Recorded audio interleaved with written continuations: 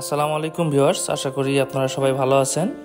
আজকের ভিডিওটিতে থাকছে 238 বছর আগে ইট সুরকি দিয়ে গড়া একটি জমিদার বাড়ির ভিডিও। রাজবাড়িটি হচ্ছে ইটাকুমারীর জমিদার বাড়ি।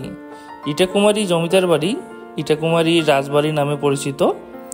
এই রাজবাড়িটির অবস্থান পীরগাছা থানার ইটাকুমারীতে। এই জমিদার বাড়িটি ছিল তৎকালীন অবিভক্ত বাংলার দ্বিতীয় নবদ্বীপ। শিক্ষা সাংস্কৃতিক বাতিঘর হিসাবে ইটাকুমারীর খ্যাতি গোটা ভারতবর্ষে ছড়িয়ে পড়েছিল। তৎকালীন ইটাকুমারীর জমিদার ছিলেন রাজা রঘুচন্দ্র রায়। তিনি এই জমিদার বাড়ি প্রতিষ্ঠা করেন, তবে কবে প্রতিষ্ঠা করেছিলেন তার কোনো সঠিক সাল পাওয়া যায়নি।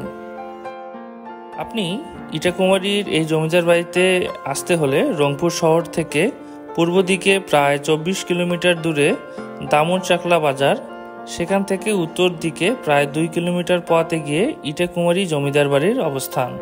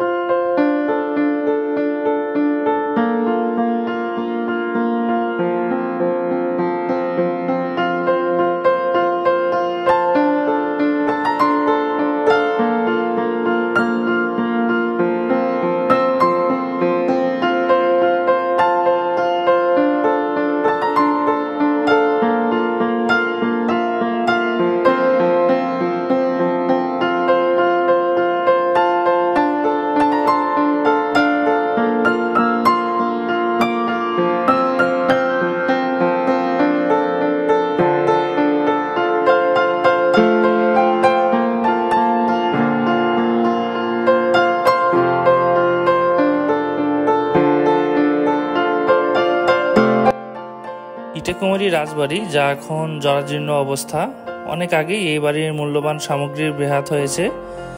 স্থানীয় প্রভাবশালীরা দখলে নিয়েছে জমিজমা।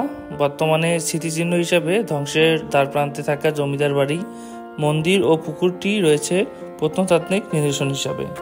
বাড়িটি সংস্কারের কথা থাকলেও নানান জটিলতার কারণে পরবর্তীতে আর সংস্কার করা হয়নি।